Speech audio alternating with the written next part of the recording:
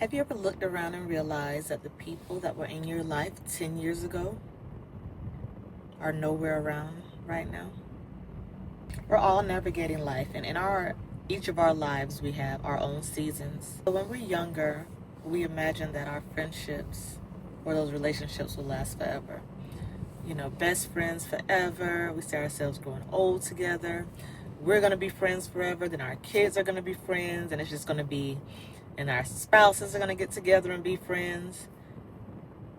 But that's not always the case. And it's not because you fell out with somebody. It's not that there was a fight. It's not that there was this big disagreement, but life just pulls us in different directions. We have our own priorities. Those seasons change, the priorities change, responsibilities change, just what we're dealing with changes. And so sometimes when a friendship ends, it's not because two people can't get along. It sounds horrible, but sometimes it's just that, let's say the Angela that I was at 18 or 25 is not the Angela I am today at almost 40. They're different people, different needs, different schedules, different responsibilities, different capacities, and so on and so forth for every other person, right? That's true for every single one of us. And, you know, the thing is, like on TV, especially with women, right? The friendship always ends with this big fallout, this big fight, this big argument, this big betrayal.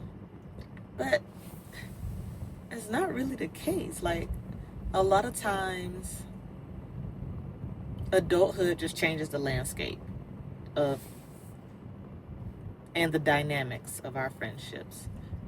So it can be as simple as one missed phone call, a friend date that you had that someone canceled or they weren't able to make it to, not being able to align your schedules, or,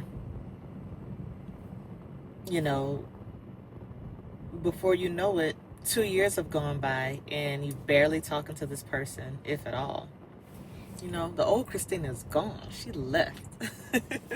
But no, in all seriously, the person you were when you established that friendship or at the time of that friendship, you're not that person. Literally, there's a study, and you guys can look it up. I won't say a study, but it's been biologically proven that it takes us 7 years, and on a cellular level, we are no longer the same person. So our bodies regenerate. So every cell in our body regenerates at different cycles. It takes 7 years for basically your entire body, head to toe, to have generated new cells. So you're literally a new person. And that could be a good thing, that can be a bad thing. So the friendship that we had when we were in high school, college, took us through heartbreak. That was there for us in early motherhood. Maybe that was there for us. Let's think of another occasion. Just some of those are similarities. The framework changes a bit when life changes, and that sounds morbid, but that's not always a bad thing because the other person's needs have changed as well, and it doesn't mean that. Is it always a loss with friendships if they kind of dissolve that way? Because sometimes people are in your life for a season. And for the season that you needed them, or the season that they needed you, or the season that you needed each other, you were there. And then as both of you kind of move out of those seasons and into the next seasons of your life, you just don't really fit together. Is that a bad thing? Is every friendship going to be for life? Maybe not. I know some people, they are still friends with the same people they've known since childhood. I still have childhood friends. I have my best friend. I met her in high school, and she's been my best friend every single day until today, without let up. So it's possible that you will meet those rare gems that are just in your life and you guys navigate life together. But for the vast majority, a lot of the friendships are people you meet along the way. And they teach you things and you experience things with them. You teach them things. You guys have memories together. And then it begins to fade away. And the thought I want to challenge is that permanence does not necessarily equal success. So maybe the purpose of that relationship or you meeting that person was fulfilled. You served the place in each other's life that was needed for each of you to move on to the next phase. It doesn't mean that the friendship failed or that it was negative or that it should have never happened. It just fulfilled its purpose.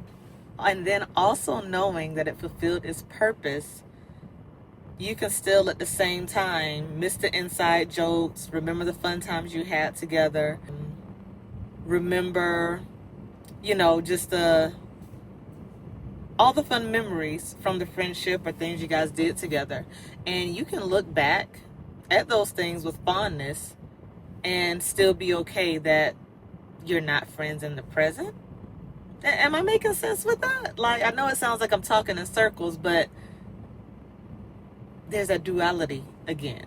And then it's a beautiful thing because instead of putting so much emphasis on who we may have drifted away from or friendships that may have ended, it's nice to evaluate who is with us now, who is supporting us now, who is there in our seasons now, who is showing up for us now, who we find that connection with now, people we're learning from now, people who, and it's obviously those things should be on the reverse side as well. We should be doing those things for the other person, but we can look at where our lives are now, because now we have people that are present in our current season for what we need and for growth, and we want to make sure that we appreciate them and where they are and what they're giving to us and what we're learning from them in our present season. And the snare that we want to try to avoid is getting so caught up into mourning or looking at the friendships that were lost that we forget or we overlook the ones that we're building within the present and who are currently investing in us. There are relationships that I have, friends, family, associates, however you want to. I can name different categories, and I genuinely thought that they would be in my life forever, that the relationship that I had with them would last in that capacity until the end of time, and that just hasn't been the reality. Not for everyone. There are exceptions to the rule, and it's not that we fought. It's not that there was some huge argument. It's not that things got so crazy. It's not that there was some huge betrayal and, we fell out or things like that. The connection just kind of weakened. And adulthood has taught me that love is not enough to keep a relationship together. Love is not enough to keep a relationship afloat. It takes more than that. It takes intentionalism. Intention. It takes curiosity in the other person. It takes a bit of reserving space, but all those things very much intentional in preserving the relationship with the other person. Some people are chapters. Some people are volumes in our life. And the wisdom comes in when we realize the difference and move accordingly.